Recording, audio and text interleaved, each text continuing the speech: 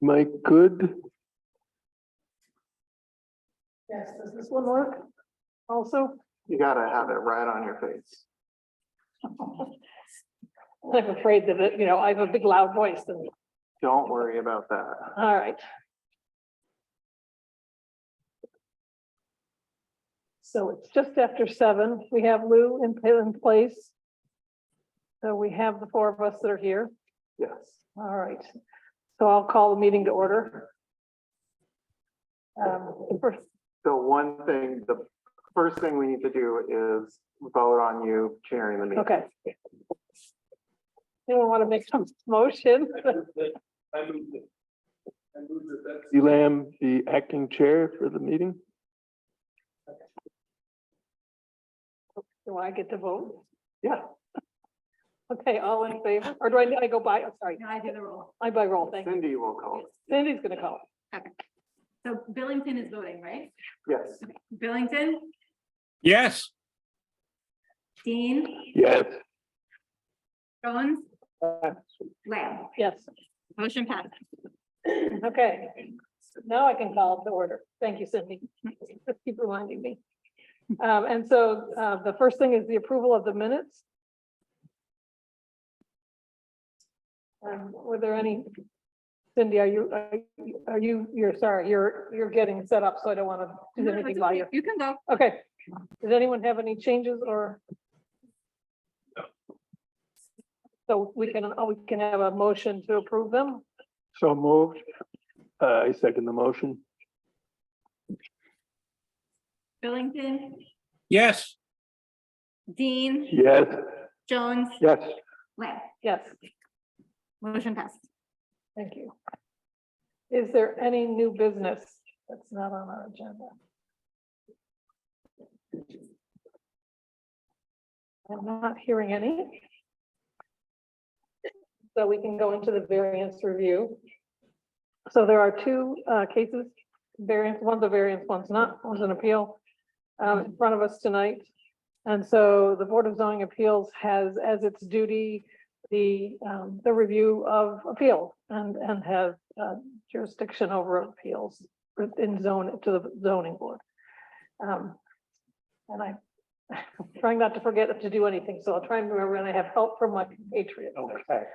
Let's do what we can. So we'll read the proposal, and then I'm just going through kind of the process that we'll go through. We'll read the proposal and then get input from the public. We'll open the public meeting. And one of the things that I want to, after that, then the board deliberate. One of the things that I want to make clear is that this is a board of 5, and there's only 4 of us, but we still have to have a majority of 3. So if anyone feels like for these 2 cases, if anyone feels like that puts them at a disadvantage, they're allowed to pull their request for tonight. Does anyone have that desire? Okay, just so you're clear. And that, please ask questions if you don't understand whatever I'm talking about. So we are required to render decision in 62 days after this initial public meeting. It starts now. But we don't have to wait for 62 days.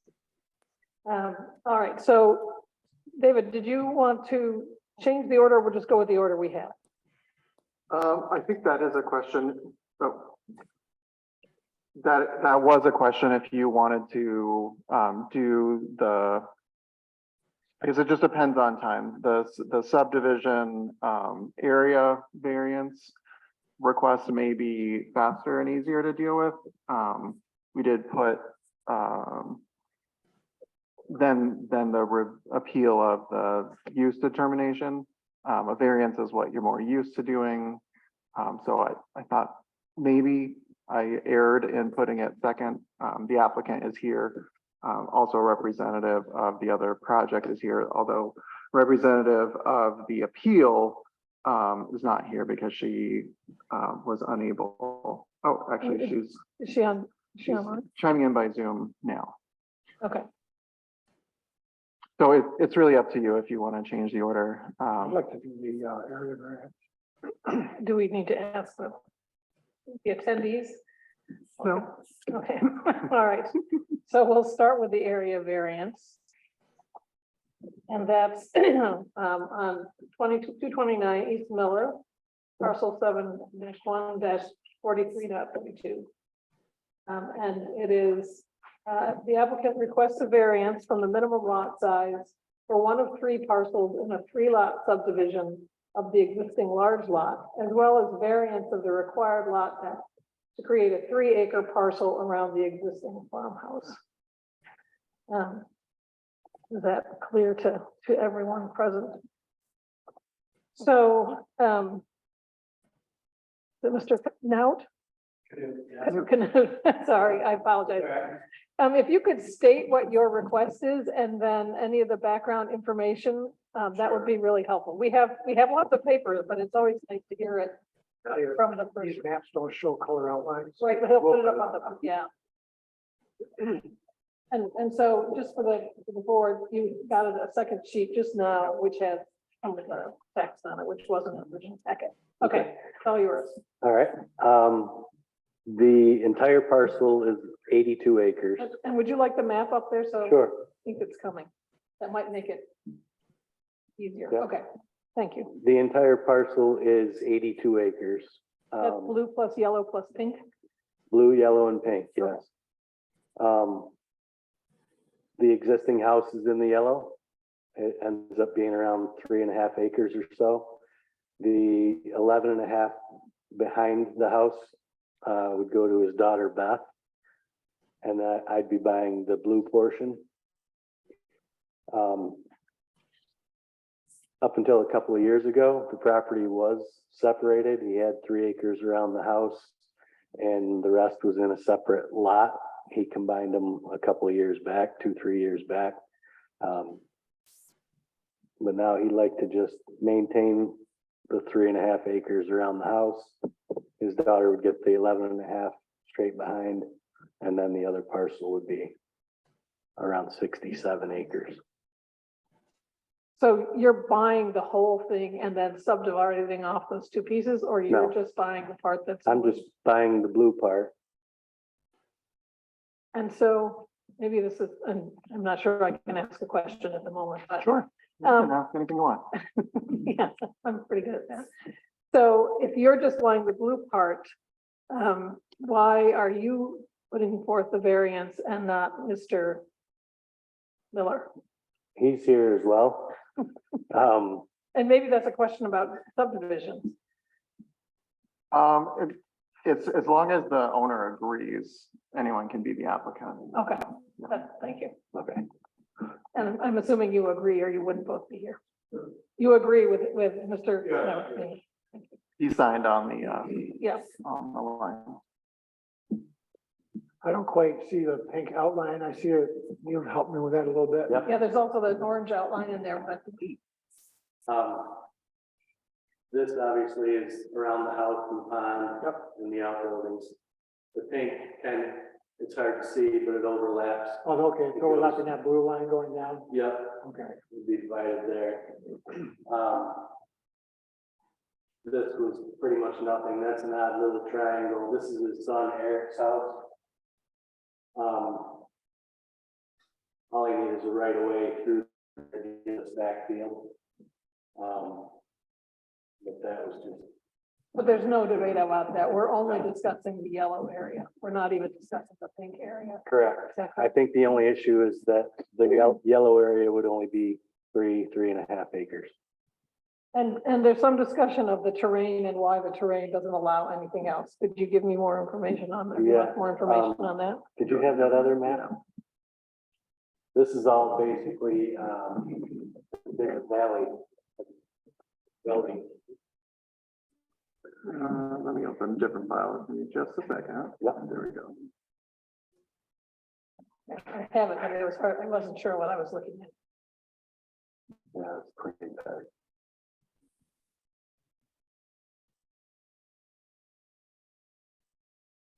Even in color, I wasn't sure.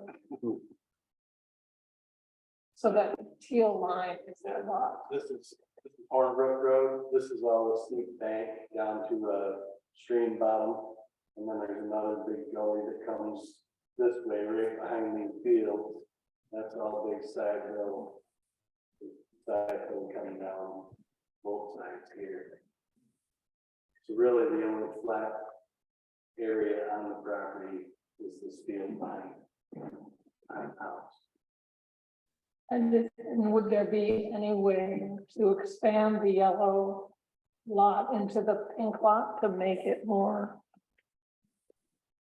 Not really, and maintain a 10-acre minimum, Yeah, so then you'd have two lots that were neither of them 10 acres. right? Okay.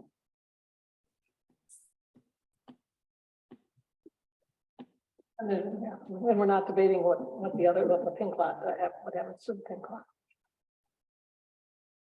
Yeah, the pink lot is just over 10, 11 and a half. 11 and a half, yeah.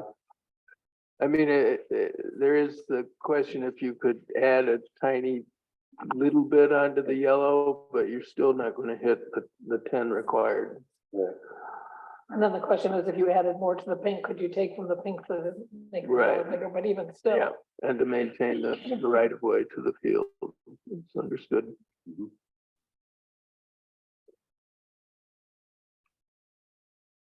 That only, well, one reason we're a little thinking a bit about this is that, as you know, maybe up the road, there was a request to create 4 1-acre lots with the same 10-acre minimum requirement. That engendered a lot of feeling from the neighbors. But we didn't hear anything from the neighbors on this one. Sorry.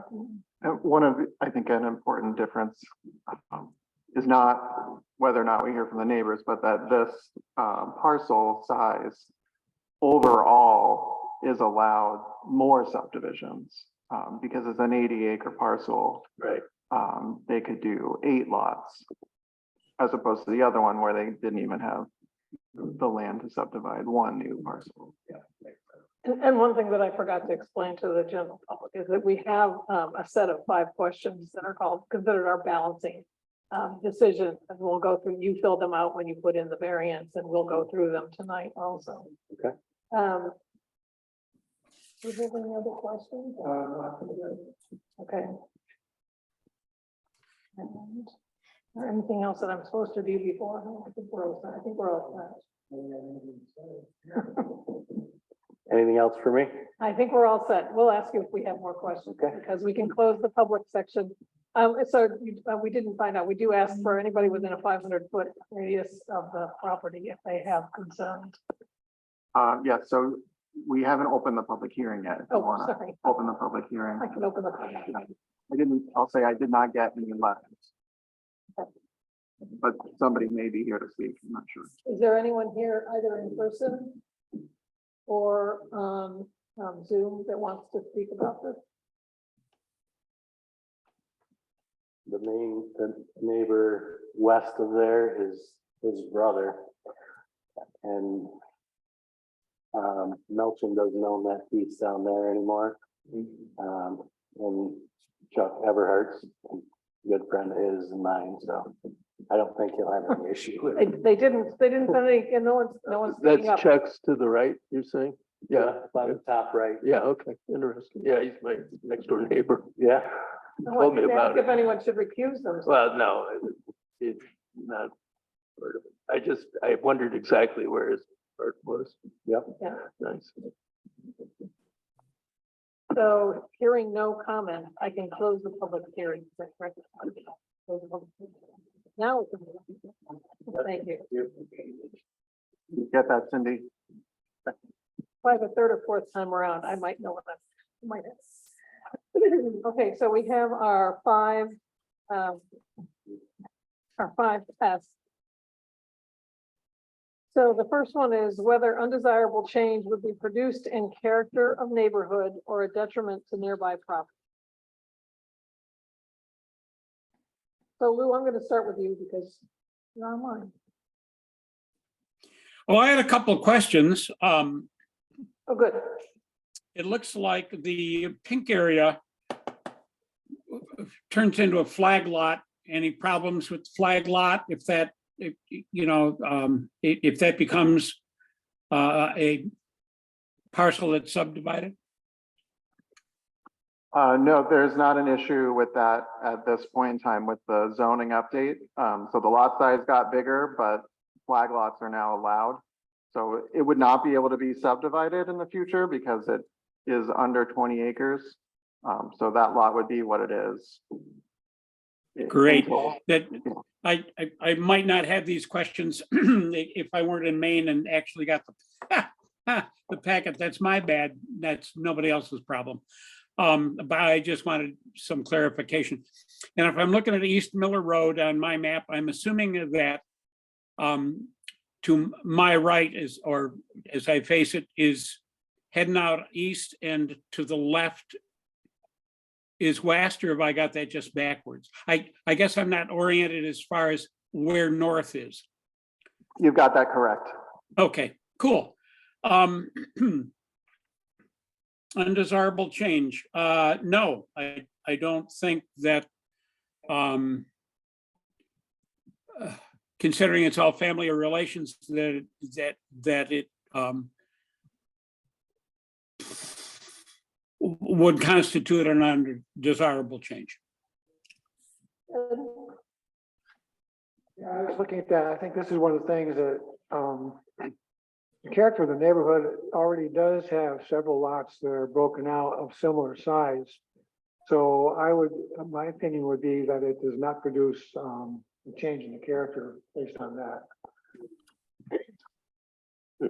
I agree, and given that the, under the new zoning, the large lot is being broken up in more than allowable sizes, and the character of the neighborhood has not changed.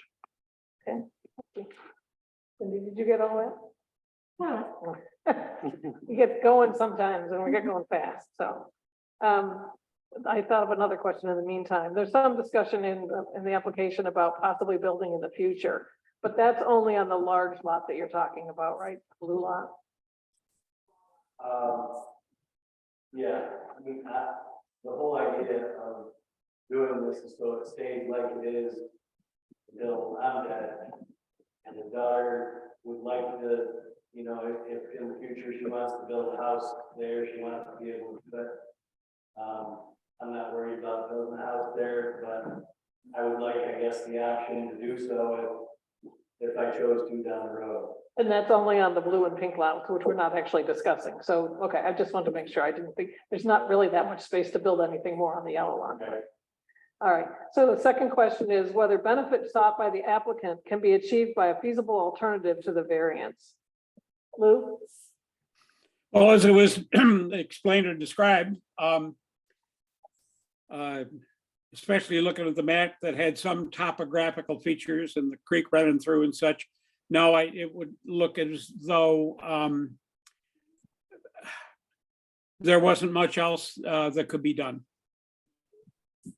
Thank you. Ed? Yeah, I agree with Lou. It's a topographical issue in a large part. So, you know, I think that they're doing what they have to. Toby? I'm in agreement with that. My earlier question about carving a hair off the pink lot to add to the yellow doesn't really, it's not a significant addition of acreage. So I think I would say no to this question. And I would agree mainly for the same reasons that you mentioned, that even if you did take some additional property off, there's no good way to make it come up to what's required.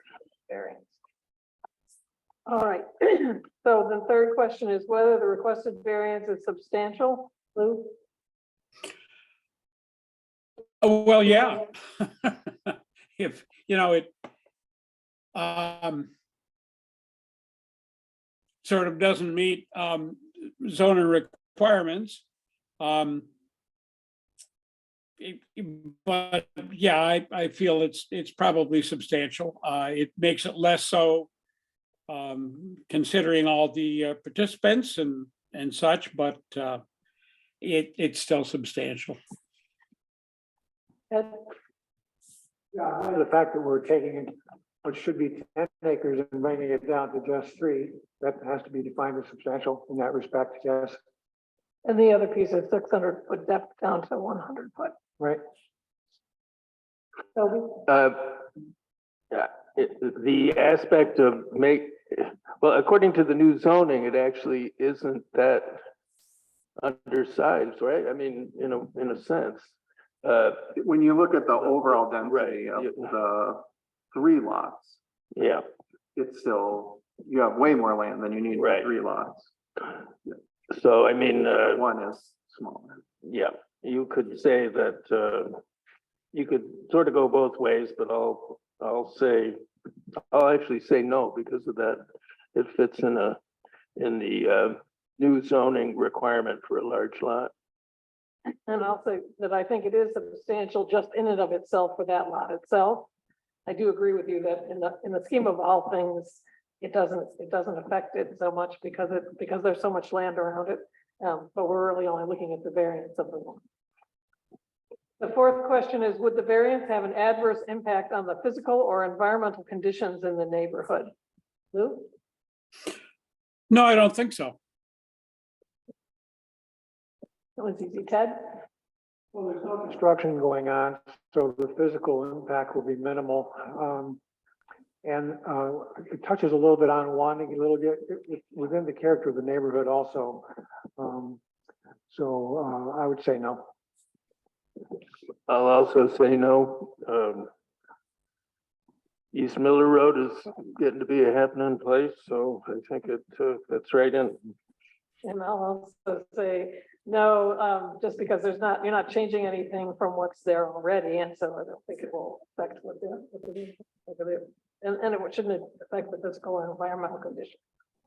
And the fifth one, our favorite one, is whether the alleged difficulty was self-created. Lou? Oh, Lord. Yeah, I think it was self-created. I mean, although let me think that one through again. To do the subdivision. I'm waffling on this one, friends. Self-created. I think by virtue of the fact that no, it's not self-created.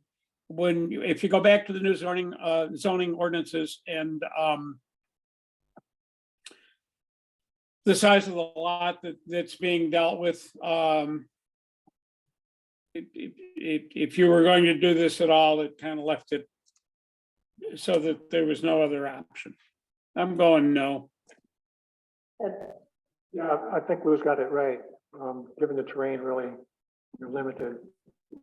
And if they want to accomplish what they want to accomplish, they need to have that smaller lot. Toby? I'm going to say yes, just to be contrary. But this is very often the case, and it's, I would say, not a significant factor in our decision. I'm like Lou, I can see it both ways. It's self-created if you want to create those 3 lots and leave the one the way it is, the size that it is. It's not self-created in that it's a difficult way. There's almost no other way to put 3 lots in, or at least the 2 smaller ones into that space. Excuse me. So I'll say yes, but we should also let you know that we don't all have to agree on these things. Okay, so do we have to have 2 separate variances for the depth and the size, or can that all go as one in this next statement? It can go as one in the statement.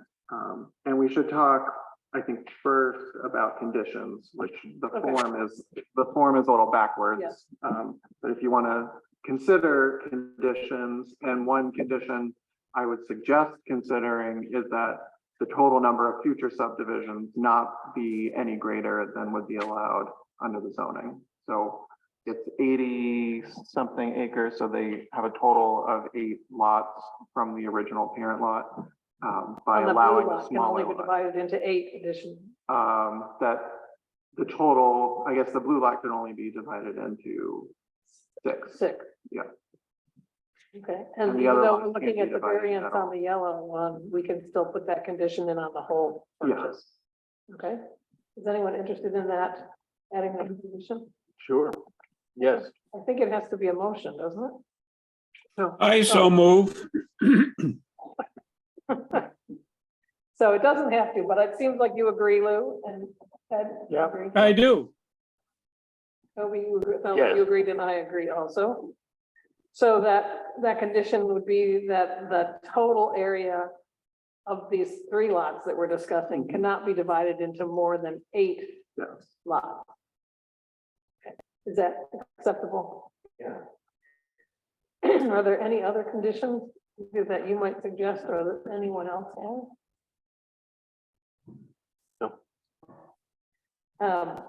So then the statement would be a variance of 7 acres and 500-foot depth from section 602-5. That was my addition and subtraction, correct? Yeah. The zoning code is the minimum variance that should be granted in order to preserve and protect the character of the neighborhood and the health, safety, and welfare of the community. So did you get the numbers that I, No, okay, but I so can get them in the report. 7 acres and 500-foot depth is the variance. Okay. Lou, would you like to have any comment on the, why is this acceptable? We usually have at this point. I Say promise again, I'll- somebody I else don't know first. why I'm not, Maybe I'm not talking closely enough here. So, so we have the variances, the minimum variance that should be granted in order to preserve and protect the character of the neighborhood and the health, safety, and welfare of the community because. So one, if, for example, it doesn't change the character of the neighborhood. Is one of the possible pieces in there. That's what we said. We should include that. Do you have any other things? Limitations preclude, staff operations.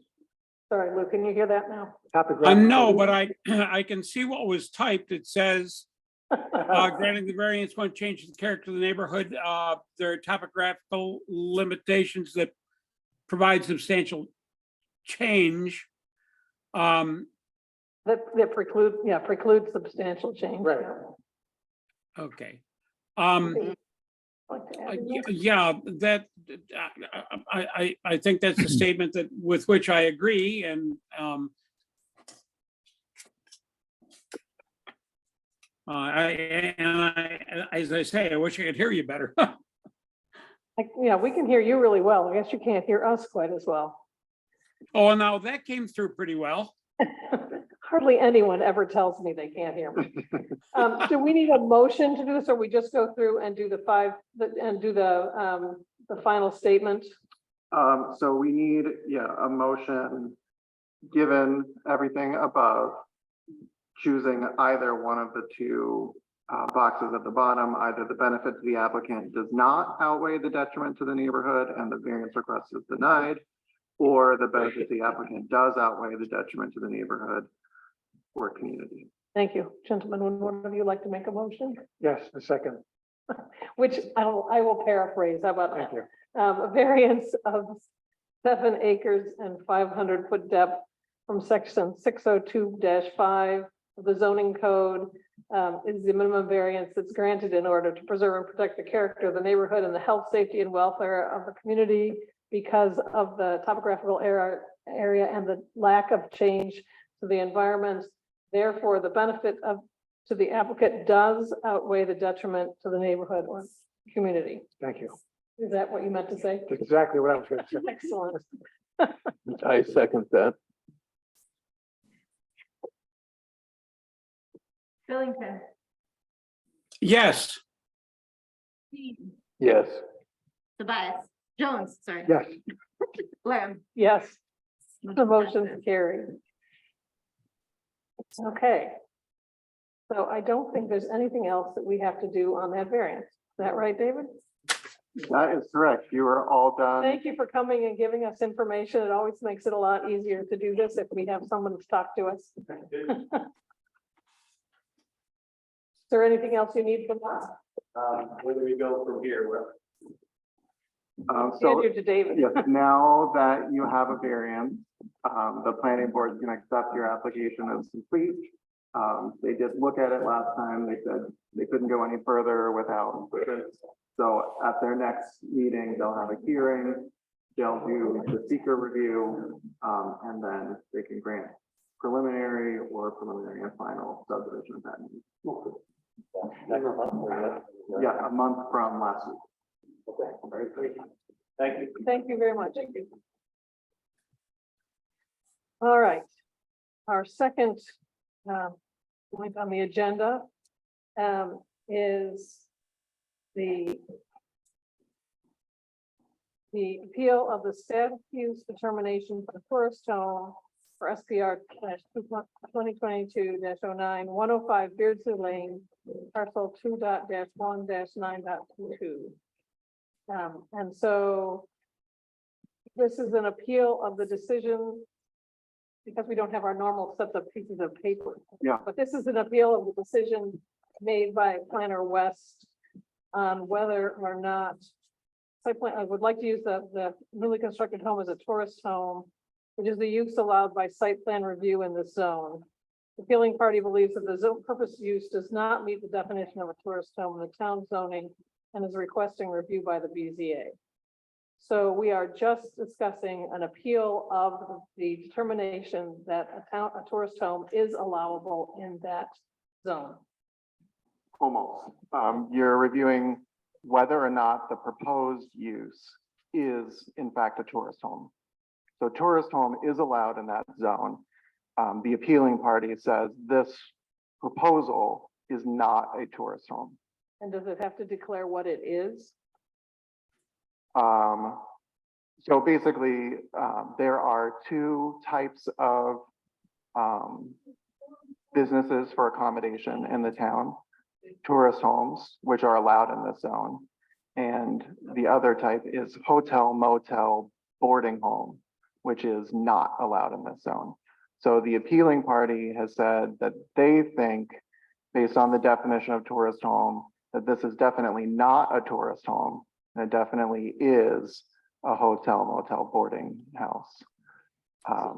So we have been given a tourist home definition. Yep. That's from The zoning. the zoning board. And the tourist home definition that we have is a dwelling in which overnight accommodations are provided or offered for transient guests for compensation, provided that such use is secondary to the occupancy of the dwelling by a family. Tourist homes include bed and breakfast, providing that the use is secondary to the occupancy of the dwelling by a family. So first, we have any input from the person bringing the appeal. Is that true? Yes, who is here by Zoom. And that's Virginia Tessie. So please unmute yourself and tell us what you would like us to know.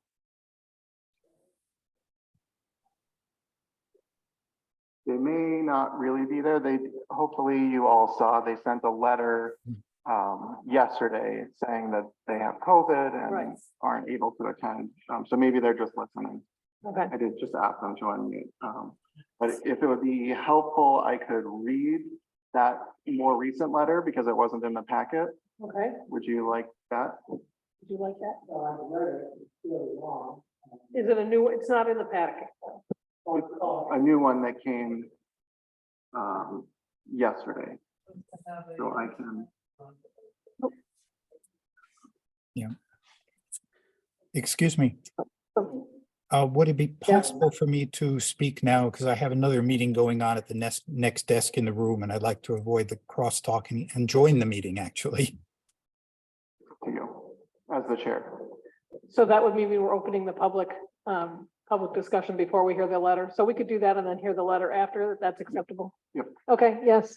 Please make sure we know who you are and Sure. My name is Ted Crane. Actually, what I have to say is divided into 5 parts.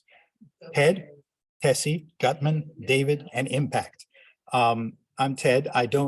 Ted Crane. I don't live anywhere near there. I live over in the center of Danby, right on the border between Danby and West Danby.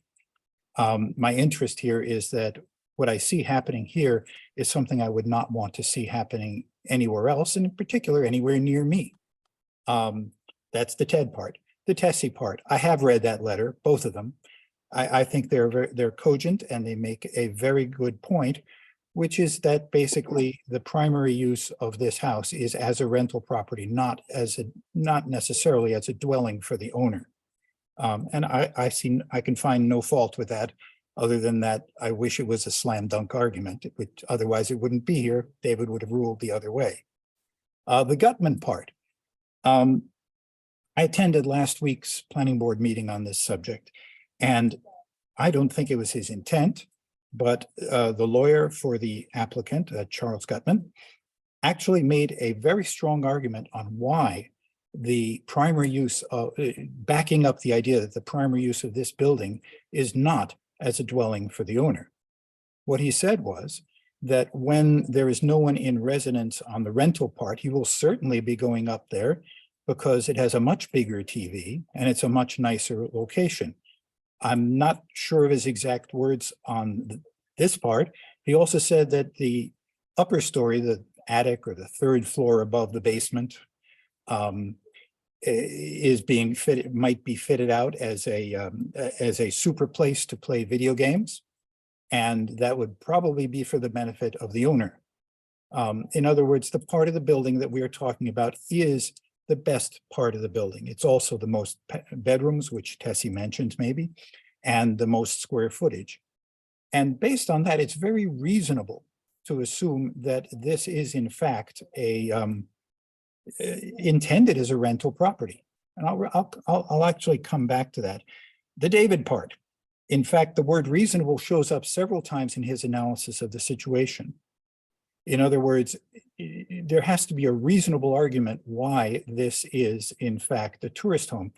I think that under the conditions where the majority, the best part of the house and the most part of the house is in fact intended as a rental, then it is not a secondary use of the house. That's a very reasonable conclusion to make. David gives several examples of other tourist home related places. And I have to say that I don't know all of them intimately, but I read down the list. And it seems that these examples are somewhere between what I would call whataboutism, what about that one? And simply misleading. The 986 Steam Mill Road, it's very different from this because it's on a huge property. There are no neighbors. What happens there stays there. This is in a residential neighborhood. I happen to live in the neighborhood of the 1040, 1038 Comfort Road.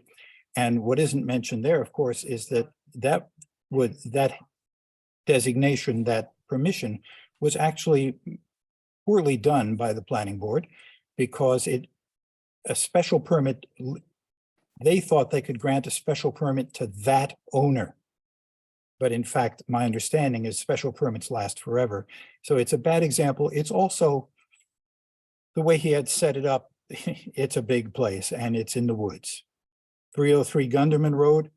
I think this one's actually just out and out misleading because yeah, the planning board recommended it, but the town board, as far as I know, and tell me I'm wrong, did not accept that recommendation. Otherwise, David would have said it there. And we go down to all of these. None of them really compare to what's going on here. They're all really what I would call bed and breakfast. They're all really small outfits. This is intended to be a bed and a small motel. And actually, that brings me to the last item, impact. And I think the important way to say this is cumulative impact. Now, originally, this property was part of a planned development zone, and it was to be set aside as an agricultural area to shield the, actually, I don't know the reason, but I'm assuming to shield the development, the closed development from the depredations of Route 96B.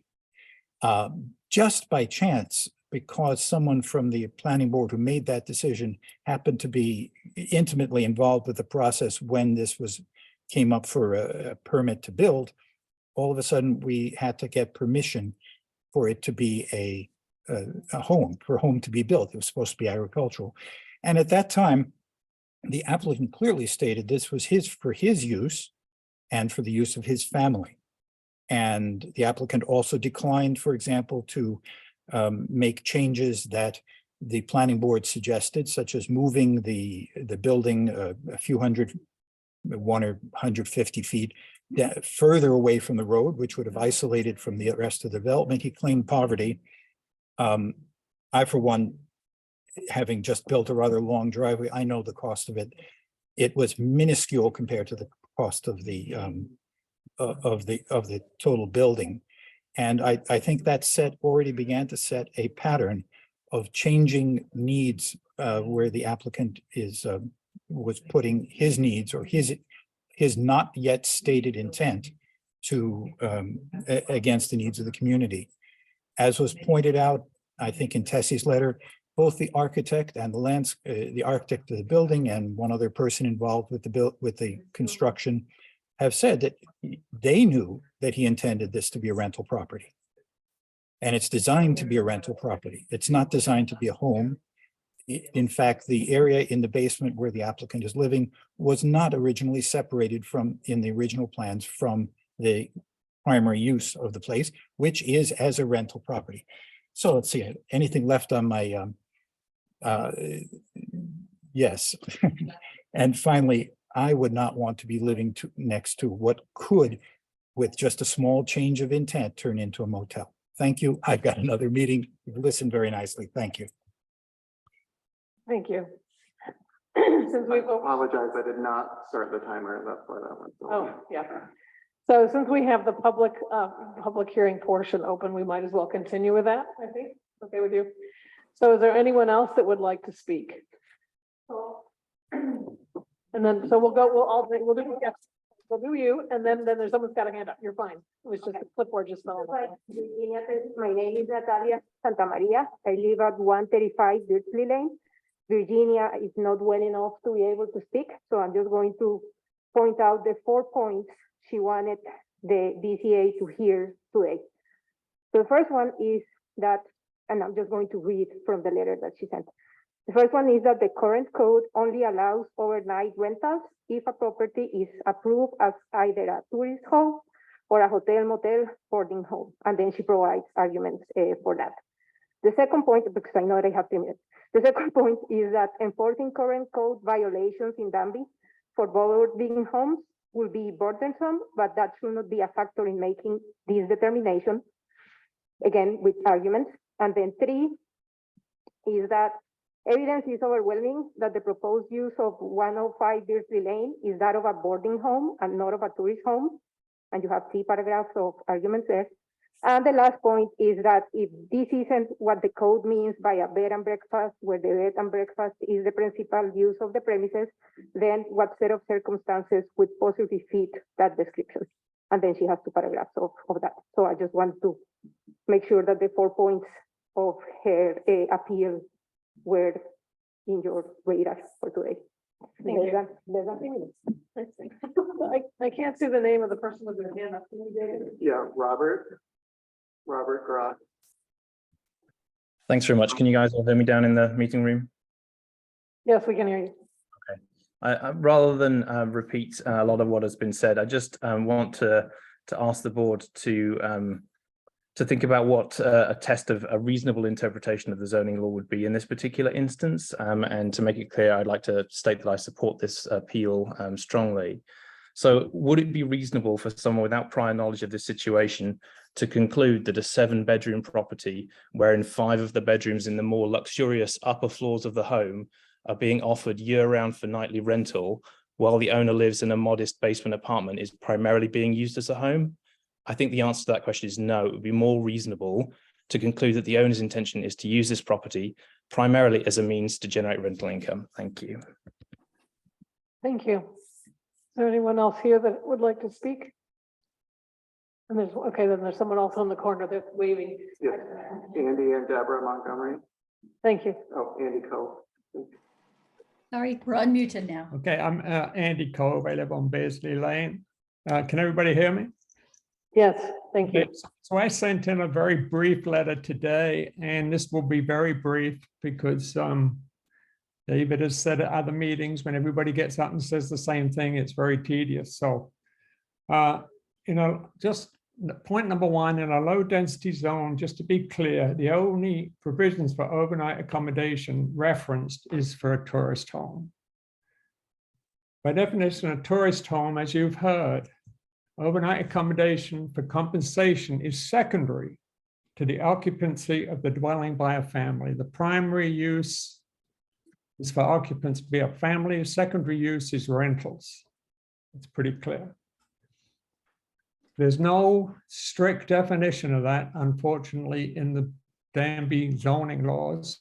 And that's why the same people that have come to you tonight have gone to the town of Danby for them to work on that, but we know that's going to take a long time. But by any common sense definition, somebody living in 2 rooms in a basement, which actually was not originally had no kitchen, and is still a kitchen unit, not The kitchenette. not a full kitchen, and then renting out 5 bedrooms with the proper kitchen and 2 bathrooms upstairs. That, in my mind, there's no common sense that would be the family is using the primary part of the house and the rentals are the secondary part. Incidental to what was said earlier today, the attic cannot be fitted up at all. Steve Cartwright, the building inspector, is adamant about that. That would be strictly against all the building code laws. So I don't know. I wasn't at the last meeting. People came away from that talking about lodging houses. There's no definition of a lodging house whatsoever in the Danby building zoning laws. So I don't know why that even came up. And just to clarify further, what Tessie is saying, that the way that he wants to use this, Cook kicks it into boarding home. And it's pretty clear by the laws, the zoning laws, that the only place where that's permitted is commercial zone Z. There are other things such as inns in the hamlet, but it is certainly not permitted by any kind of review in low density residential zone. Thank you. If I could just say one thing, since there's 2 of us on the same, you have a beautiful development here that, the first answer to the question, or the first question that you all were asking is, does this change the impact of the environment? This definitely does.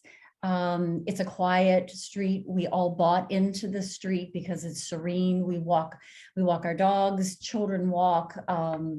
There are older people living on the block. Everybody knows each other. To have transient people coming in and out, it's just not a good situation, and it's scary. And that's why you have the planning board, the town board has received a boatload of letters from the residents of this road. So we humbly ask you to strongly consider the appeal to this decision of the planning board. Thank you very much. Thank you. Anyone else that needs to speak? I would like to speak on behalf of Mr. Thompson. You may, certainly. Again, my name is Charles Gutman. I'm an attorney representing Mr. Thompson. Is everyone here? I need to be a little closer there. I'm Charles Gutman. Thank I'm you. an attorney representing Mr. Thompson. With the board's permission, I'd like to respond to a few comments very briefly.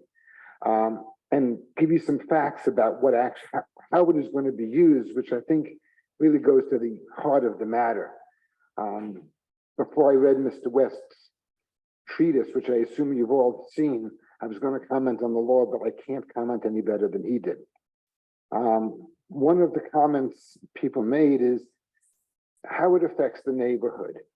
That's not, no offense, but that's not the question here. The question is Mr. West properly defined this as a tourist home? The issues of how it affects the neighborhood, what you put into site plan, what conditions, those are issues which went to the planning board, and the planning board made its decision. People may not be happy about that, but that was an issue for the planning board. And they did impose conditions, actually all the conditions, which I'll get to in a minute, was suggested by Mr. Thompson to minimize the impact. The planning board heard that, the planning board agreed.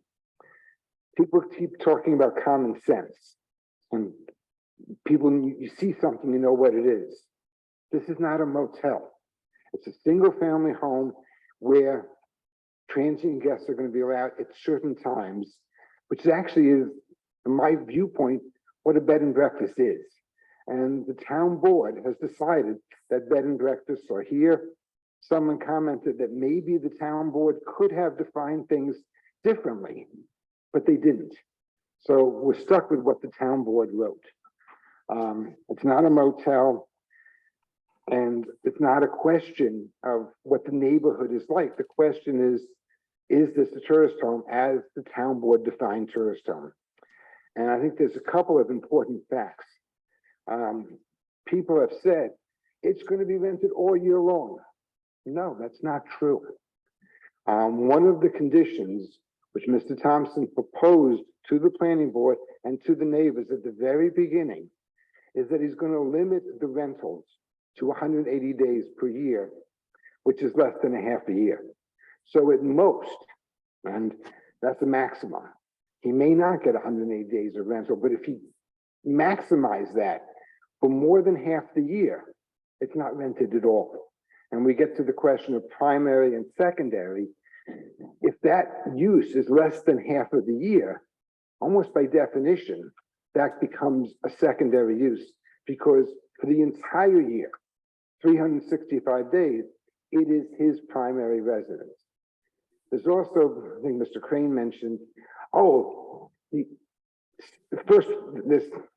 there's the attic, there's a floor which has 3 bedrooms, there's a floor which has living room, dining room, kitchen, and 2 bedrooms, and then they call it a basement. I think of it as the main floor, which is exactly the same square footage as the floor above it. It's got 2 bedrooms, living room, dining room, kitchen, and it's exactly the same as the floor above it. They refer to it as being more luxurious. The more luxurious parts, which is why he will use that when there are no guests, is it's probably going to have a lot, it's going to have right now, and probably will continue to have a larger TV. So if it's not rented, let me go upstairs and watch the TV there. It's going to have a better couch, he said. So if it's not rented, he'll use the better couch. It's got a vaulted ceiling as opposed to a regular ceiling, and it's got better views of the outside. It's not a more luxurious unit. Square footage wise and layout wise, they're identical.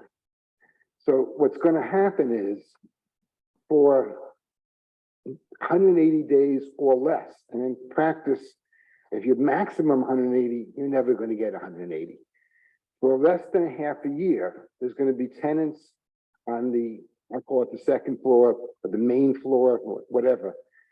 And there will be probably, hopefully, on the floor above that where there's 3 bedrooms.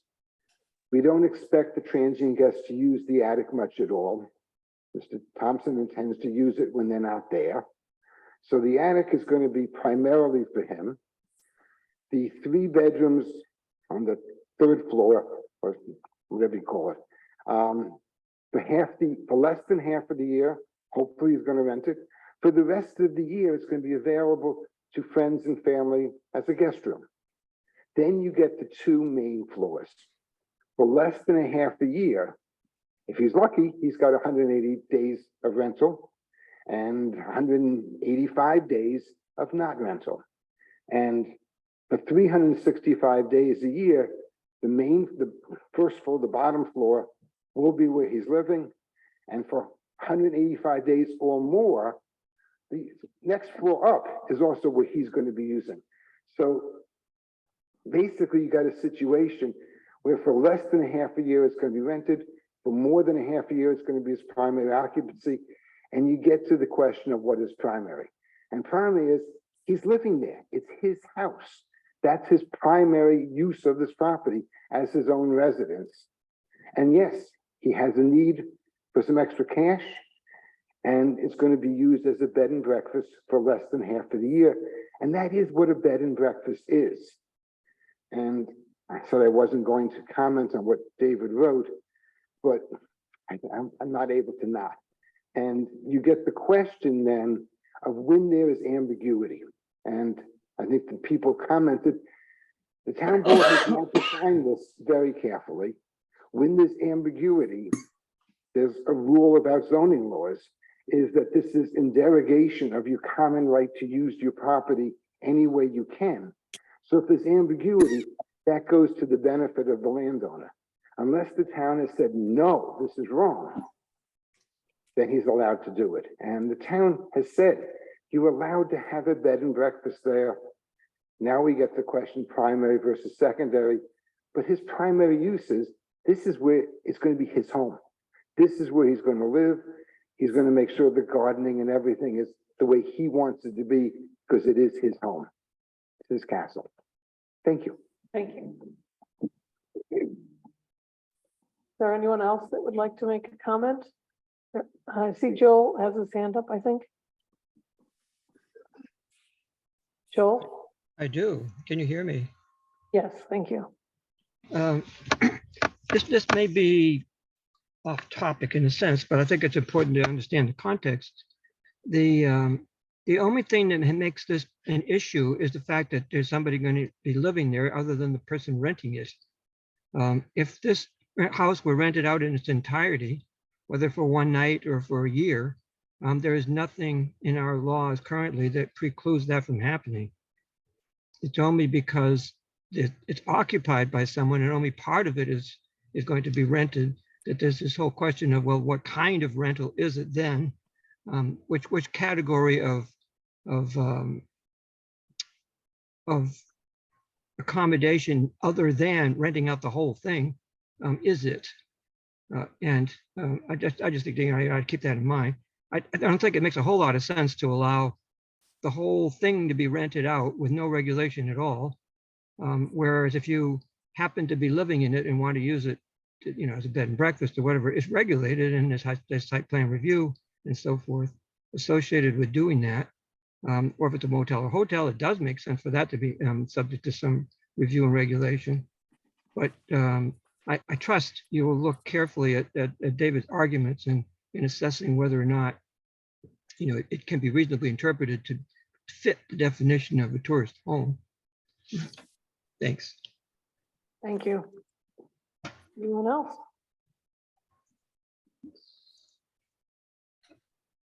Oh, yes, sir. Thank you. My name is Andrew Purser. I recently moved to Beardsley Lane with my family about 6 months ago from out of state. I wanted to say that I support this appeal. It's a large house. I'm sure everybody's seen it. It's a large 7-bedroom house.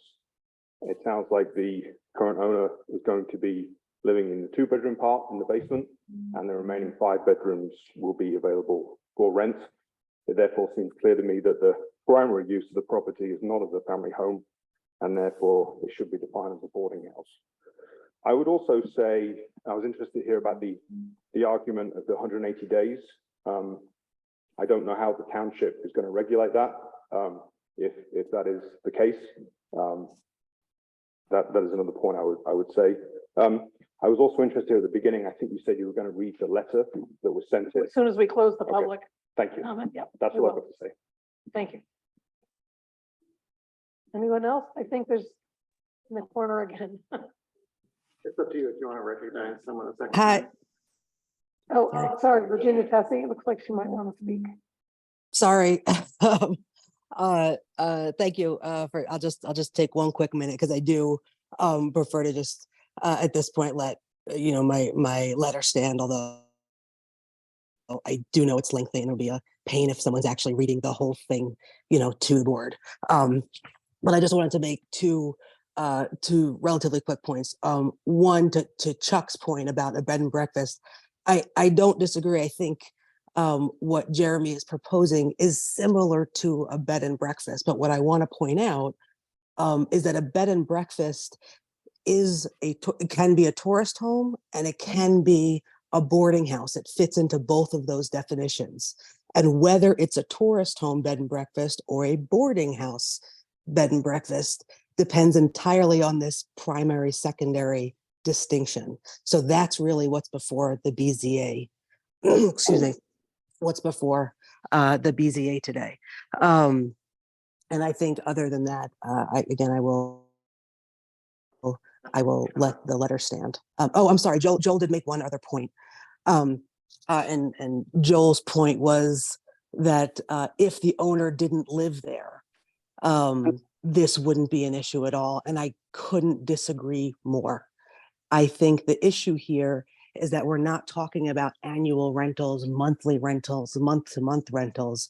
We're very specifically talking about overnight rentals to transient guests. And that is only allowable in the current code under one of the two distinctions we talked about, tourist home or boarding house.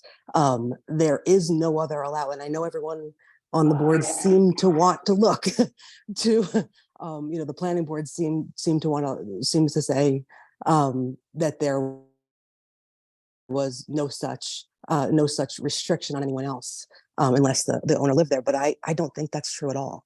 I think that might not be what the town wants it to say, and that might change, but I don't think it's true today. So thank you for your time. Thank you. Oh, Deborah Montgomery. Deborah Montgomery, do you have something different to add? Two quick things. I think intention is one thing, and I don't know how you will regulate and enforce an intention of what the owner says that he will or will not do. And I think that's something to keep in mind. If you can, if you can come up with ways of enforcing the stipulations, then maybe that is something that we could, be palatable to the neighborhood. That's all I want to say. Thank you. Very quickly. The first thing I would like to say, Virginia, I do hope you feel better soon. She is a friend of mine. The one point, 2 points I make is one, Virginia very clearly said, and correctly, that how the town chooses to enforce it is not the issue.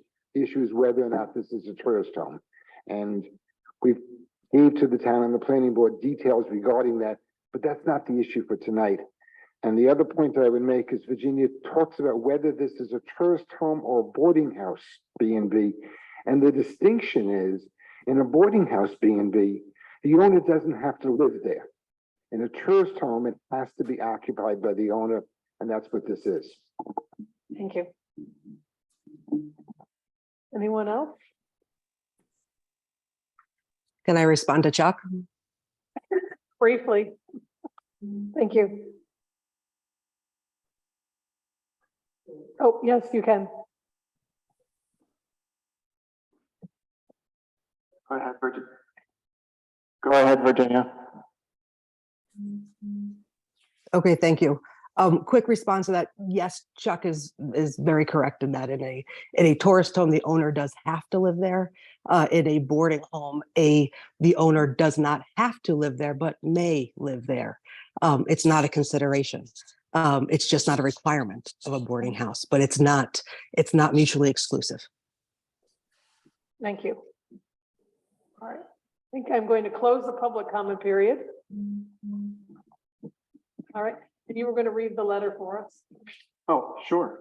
Someone asked to make sure that we did, so Yeah. we need to. It's fine. Give me a second.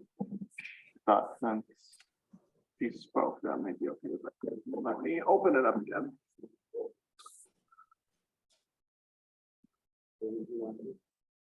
Oh, very good.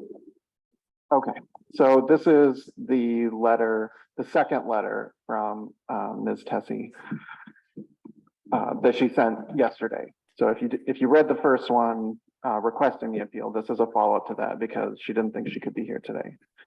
Dear sirs and madams, I'm unable to attend Tuesday's meeting because quite frustratingly, I will be isolating with COVID. So in the event I'm unable to fully participate in the Zoom meeting, I want to offer a summary of the 4 points I intended the BZA to hear on Tuesday.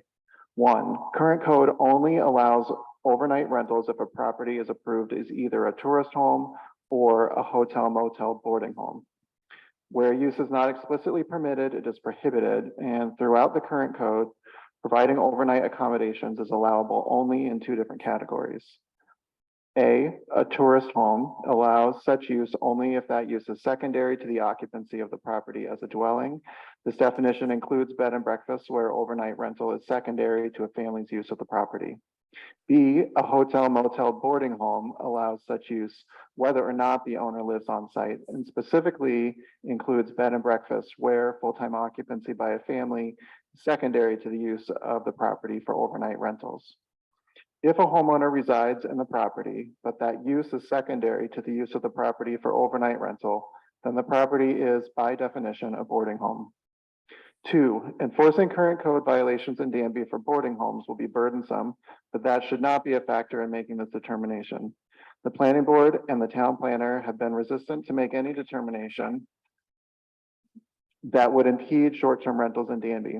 At various meetings, they've cited how many dozens of Danby residents currently advertise on Airbnb and how difficult it would be to start enforcing any such limitations.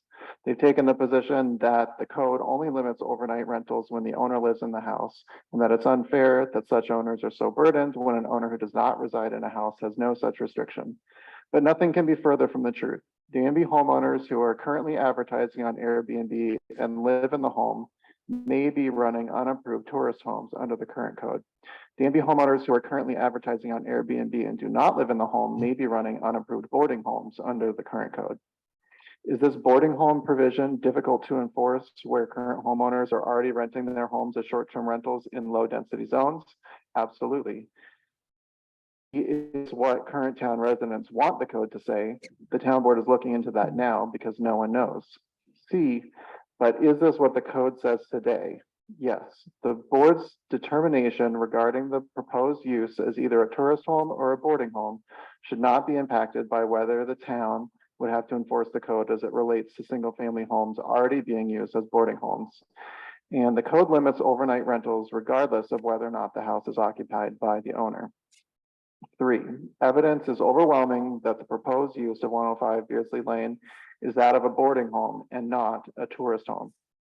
There may not be anything in the code that specifically defines when the use of a property as a dwelling is secondary to its use for overnight rentals, but ignoring basic common sense when erring on the side of a homeowner makes any such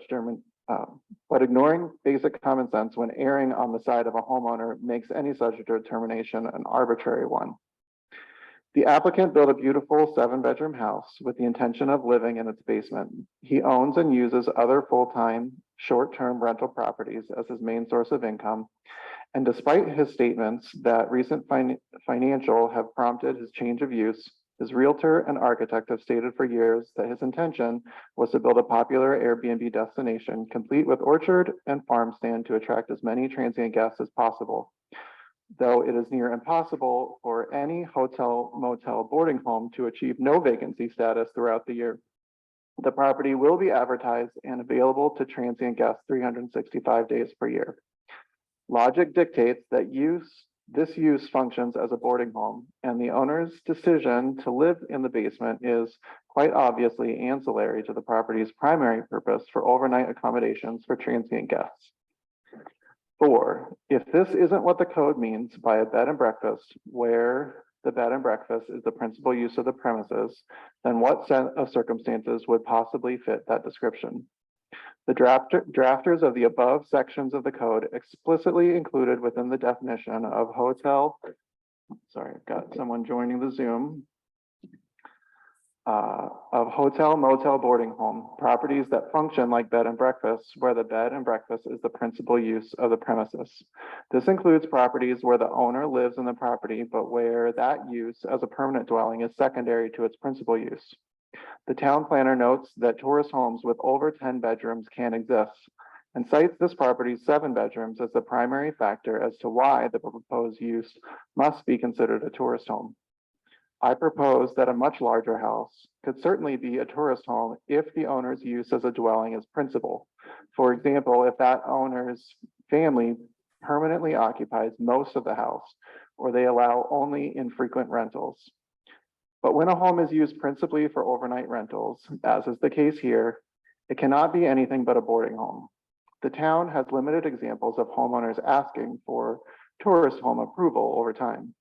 And the town planner cites no examples where such approval was granted in a case where the owner's occupancy of the property was this clearly intended to be secondary to the use as an overnight rental.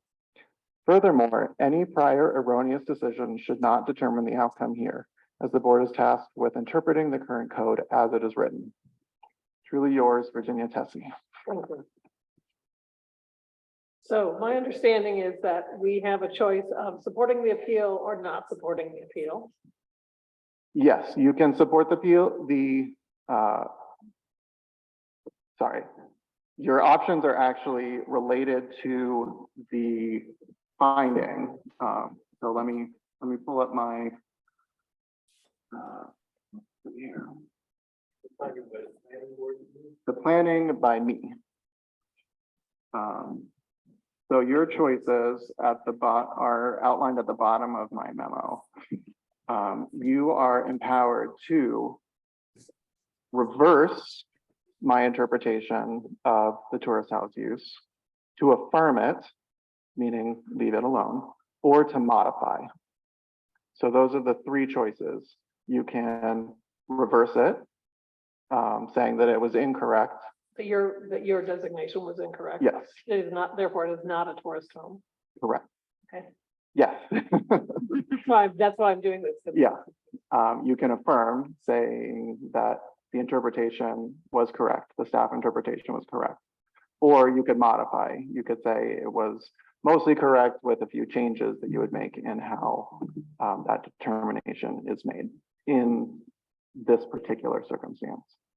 Okay, and we do not go through the 5 balancing. You do not go through the 5 balancing. So that sort of says that looking at the neighborhood and things like that don't apply in this case.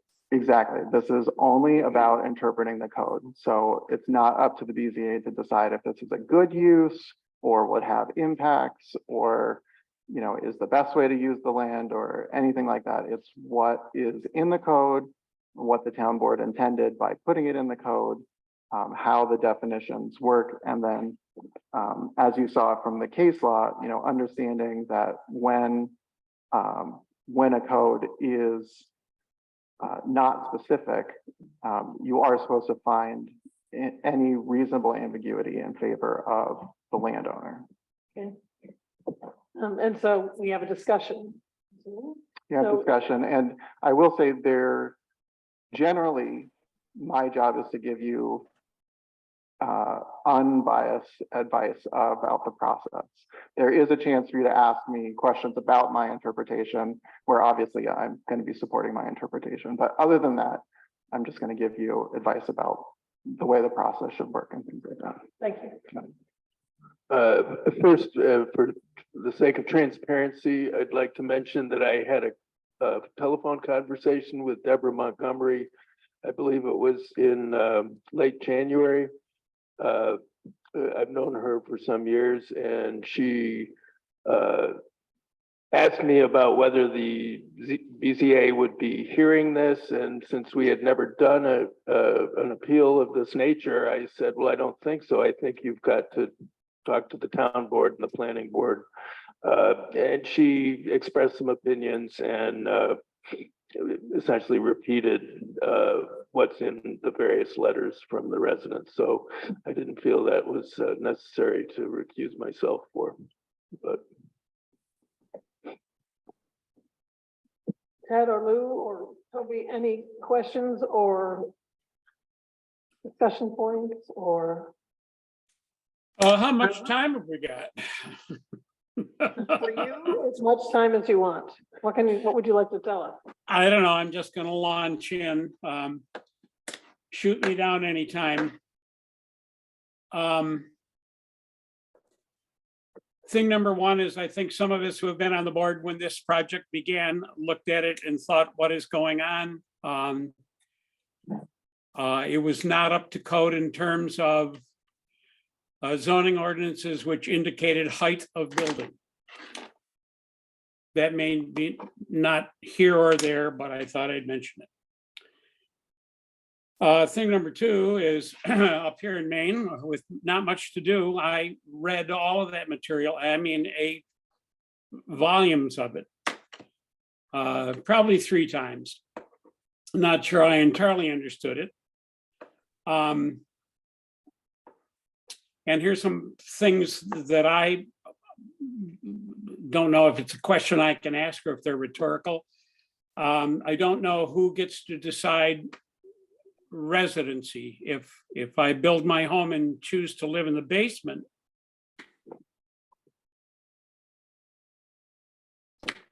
are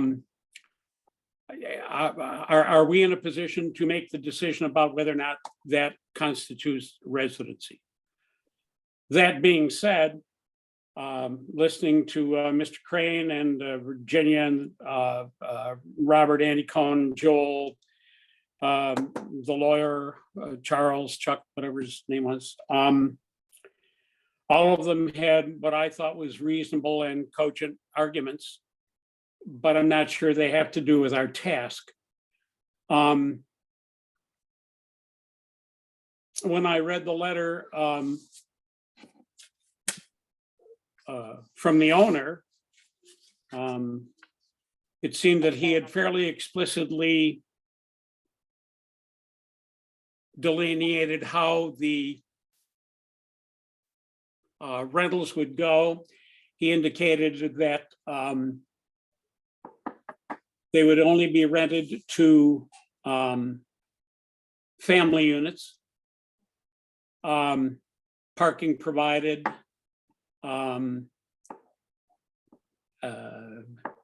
some things that had to be done to the property, for example, landscaping and that kind of stuff. So it seemed like there were a lot of things. And my question, as with the other people who are kind of opposed to it, is I don't know how you enforce that.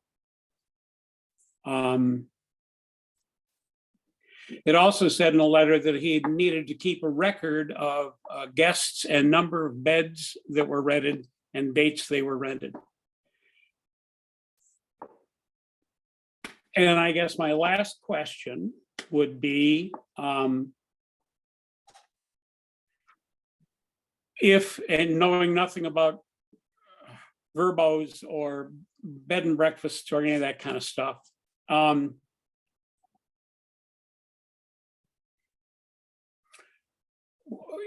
if both tourist home and boarding houses are allowed,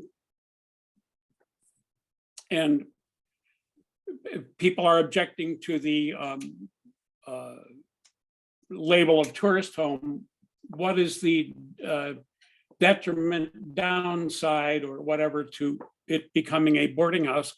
I don't think the house is going to move. I don't think they're going to tear it down. It's just questions I have. So I'm thinking personally, I might need, if we get another 62 days on this case as we do on others, I don't think we need 62, but we might need to hash some things around from my point of view. Everybody had reasonably cogent arguments, including David's. And at this point in time, although we haven't asked yet, I know how I feel about this. I think we're stuck with zoning as it is, and from what I could read going through the code,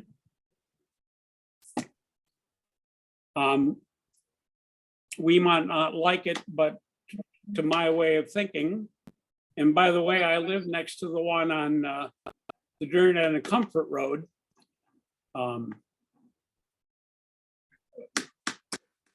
but I see nothing that prohibited that, nor do I see anything that runs afoul of David's interpretation. I'm done. Thank you. Toby or Ted, do you have any comments you'd like to make? This is a very interesting issue. I'll say, first of all, that a neighborhood is, well, it's a wonderful thing, of course. This is a new neighborhood. I believe that it was first built on within the past 15 years or so. And now we have, this board granted a variance to a home on the little side road there that apparently at the time belonged to Ithaca College. And I don't know if it still does. We granted a variance to, it does, okay, to build a large addition to accommodate large gatherings of people on probably mainly on weekends. And I don't know if that has had a noticeable effect to the neighborhood, but neighborhoods as time goes by do change. People move, new people come in with different family groups and structures. But I can certainly sympathize with the neighborhood feeling threatened by this new kind of building or property at the very top of the road.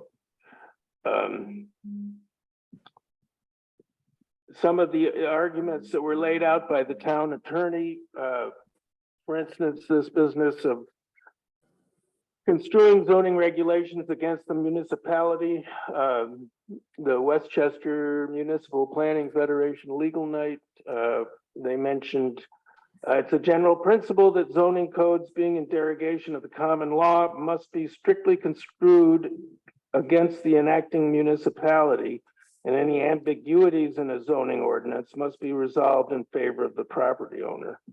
Now, there's plenty of ambiguity going around here for the in terms of what the zoning defines as a tourist home.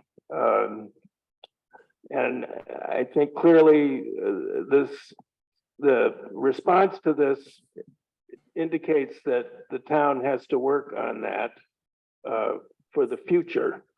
But we are left with what we have today. And there are issues, the enforcement of the conditions that the owner has agreed to take on they're very significant. David did mention that, and somewhat unprecedented.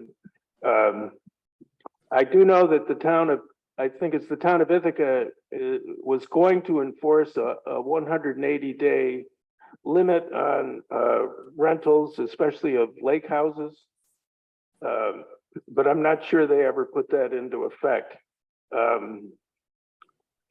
I know of a neighborhood in the city of Ithaca where a small house was purchased just for the use of Airbnb. And, you know, I think this is something that's going to be happening more and more. It's a big factor in large cities. And it is, in fact, changing neighborhoods in large cities, changing real estate values and so forth. So this is something the town has to do. I don't really have any questions. I have to say, David did a pretty clear job of laying out the situation as we have it, whether we really like it or not. But as I say, I am certainly sympathetic to the neighbors feeling quite uneasy about this. Thank you. Ed? Everything I've heard tonight has validity. Not necessarily for this board, unfortunately. A lot of the things that need to be done in this town will be by changing laws and modifying laws to more accommodate the needs and the wants of the community. Everybody was right, but they brought it to the wrong place in some extent. We have a very limited scope of work to do here, I'm sorry. And within that scope, I think that Toby and and Lou have pretty well outlined what our job here is. The only question that we have is whether or not the described use of the property is rightly described as a tourist home under the law, and even if there is some ambiguity in there, it has to fall to the benefit of the landowner if there is ambiguity. Thank you. So I have two questions that are maybe just actual questions. There's a discussion of 10 beds versus 10 people. And the 10 people is actually not from this designation, it's actually just from residential law, how many people you can have in a house. Is that the way that works? Close. I'm almost. Unfortunately, we have a lot of things that overlap here. And one of the things that I noted in one of my memos is that there is a building code use. Building code uses are not zoning code. They're about health and safety. Right. So under the building code in the R3 use type, there are three things. There's 1 and 2 family homes. And well, I'm blanking on what the middle one is, but then there's also what's called a lodging house. And a few people commented about confusion about that. So a lodging house is a owner-occupied house that, in addition to being owner-occupied, includes no more than 5 rooms for rent to transient guests and has no more than 10 occupants. So that's the occupants time that you've seen 10. That's in the building code. If you cross that threshold, you move from the residential building code to the general building code, which comes with a different set of requirements. The other place that 10 comes up is in the tourist home use. In the low density residential zone, tourist homes are allowed with no additional explanation or limitation. In the commercial zones, in commercial A and B, tourist homes with up to 10 beds are allowed, 10 beds for rent. And in the commercial C, tourist homes with more than 10 beds for rent are allowed. So that's kind of where, looking at the definitions, you get into, well, obviously they did think that you could have a tourist home with more than 10 beds. So, you know, what are the further implications of that? Okay, thank you. And the other question is, there's no legal designation of what primary and secondary mean. Is that true? So there is no definition of what secondary means. There is a definition of primary. Primary is not in the definition of tourist home. And one thing that I think is important to note is that tourist home itself is a primary use. Tourist home, the whole thing, is a primary use that's allowed by the zoning. And part of the definition of tourist house is that It's secondary. is that the rental, where did I change the wrong page? Yeah, so tourist home is one use that's a primary use. And then part of that definition is that transient guest or compensation provided that such use is secondary to the occupancy of a dwelling by a family. And what that means by secondary is not anywhere defined. Okay, thank you. So it would seem like the next step then is to have a motion, what we would like to do. And maybe this may be useful, but I've just captured a few of the things that you said that you might consider adopting as findings to back up whatever statement you want to make, and you may consider editing it, but these were things that I just heard you say as you went through. You mentioned that the landowner indicated that rentals will only be for less than half the year, that the BZA previously issued variance to allow large gathering spaces in Ithaca College Home, which I should say is in this neighborhood. Zoning is in derogation of common law, and ambiguities must be construed in favor of the property owner.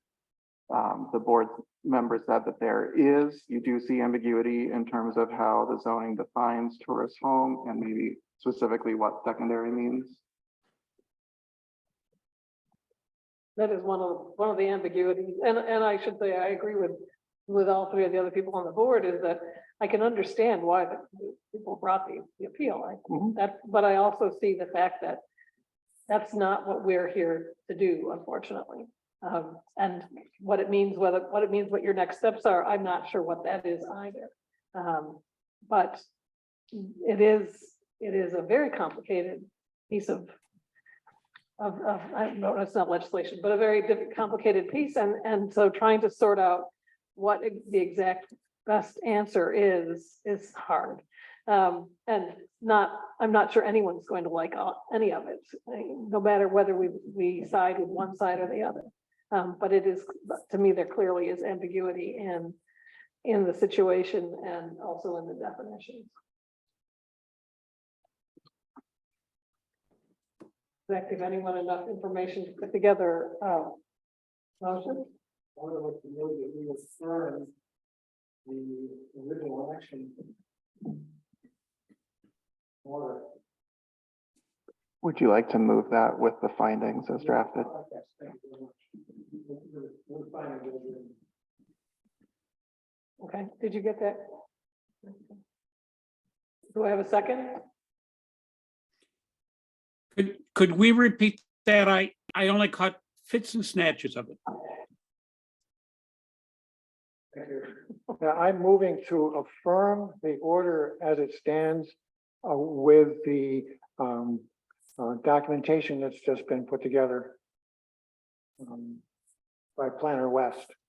I would add, perhaps we could make a recommendation below those points that the BZA as a board recommends the town board and the planning board formulate more specific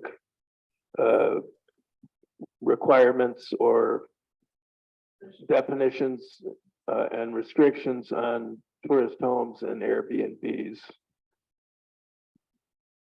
Can we make that either a condition or a codicil? It's a recommendation. by the Recommendation. board. Sort of a statement. Yeah. Yeah. Clearly needed. Yes. So that was your second with that. So do we need to have a motion restated with both those parts? Is there any way we could also add a statement regarding the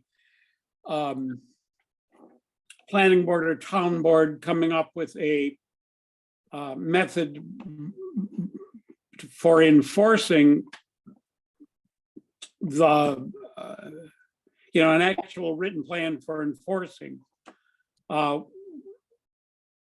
what the tourist home owner has indicated he will do to make sure that the property does not adversely affect the neighborhood. Well, Or that's is that certainly- outside of our?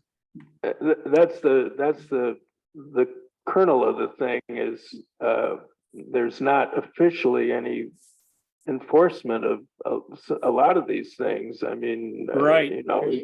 There's examples of enforcement of driveways. The code requires a certain kind of driveway.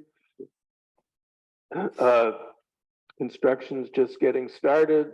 There's so many things with people's property that are difficult to pin down.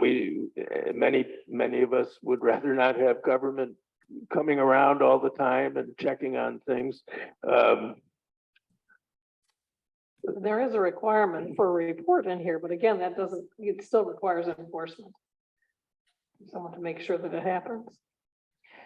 I think that falls under the requirements. A new or an amended zoning law would have to incorporate some means of monitoring it or so I'm not sure we can really add that in as something that we can enforce or set up.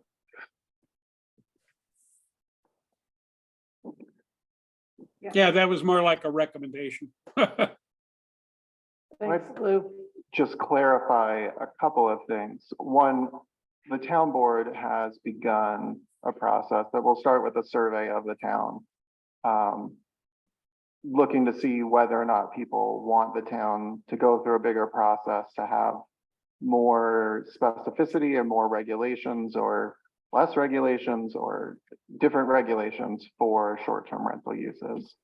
The other thing I do want to clarify, because several people have said something that was false, is that currently you can buy a house and rent the whole house out as an Airbnb. People said they looked at the zoning code and didn't see it. That's because there was a previous interpretation that's filed, and the appeal is long since gone from a previous planner, that renting a house for a day is no different than renting it for a month or a year. So if someone wants to rent out a whole house as an Airbnb, they just can. And one of the cases in my search of the tourist home use that came up was Olivia Vent, who owns a duplex, and said, I'm going to rent half of it to a family and the other half as an Airbnb. And the board said, oh, that's not a tourist home. That's just 2 units, and one of them you're renting as Airbnb and one of them you're renting full time. And you can do that, it's just allowed. So when, for example, Joel said, you know, this applicant, if he actually didn't want to live there, he could just rent the whole thing out on Airbnb with no process and no site plan review and none of this. That's correct under the current zoning.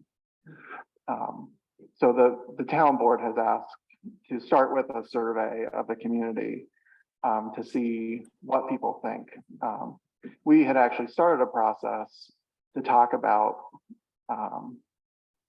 not touching that, but touching on renting accessory structures. So if you wanted to put a yurt in your backyard, for example, to rent out. Right now, that's not allowed in any way. There's no way to permit that. If you built a house on a separate lot, you could rent it out all you wanted, but if you want to rent out a yurt in your backyard, you can't.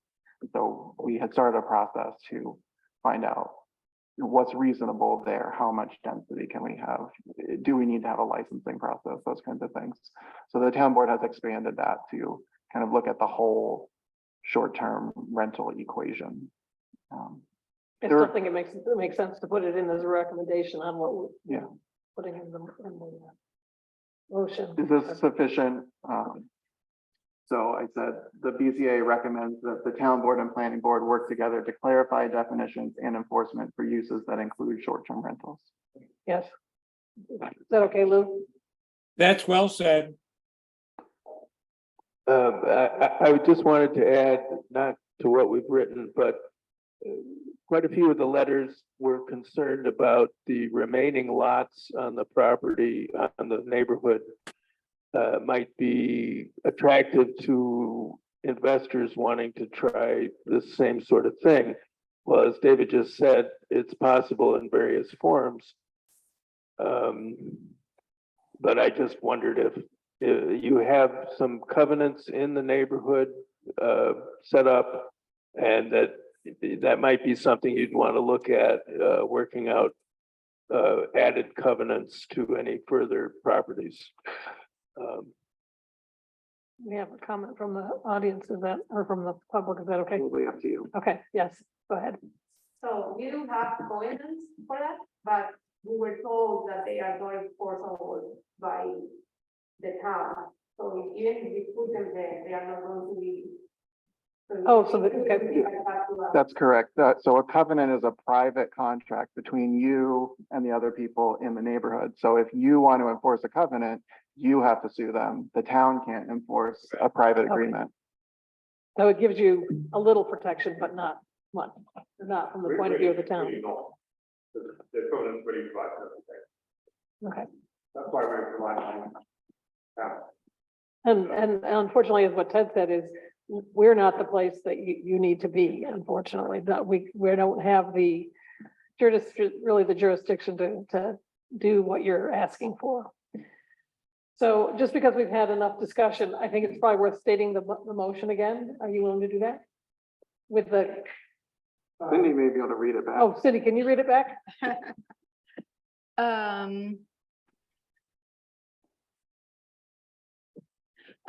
Basically to motion to affirm the order as it stands with findings as written by Planner West, what I had. Kind of Right, and then the recommendation is as stated, as written up on the board there. Right, so that's the standing motion. I second that motion. Thank you. Sorry. Okay. Billington, Aye, yes. Dean, Yes. Jones, Yes. and Lamb. Yes, Motion passes. thank you. So I don't know what happens next on this kind of thing, since we don't really have it. That's it. You're all done. A Thank motion you to all for adjourn. bringing your information. Thank you for coming and spending your time to do this. It's a difficult thing to balance. But we appreciate the fact that you came and talked to us, both online and here. Oh, I can. Maybe a motion to adjourn? I will. Can I make a motion to You adjourn? can. I'll make a Nobody even motion has to a adjourn. second. You may. You don't have to vote on it. Nope. Thank you.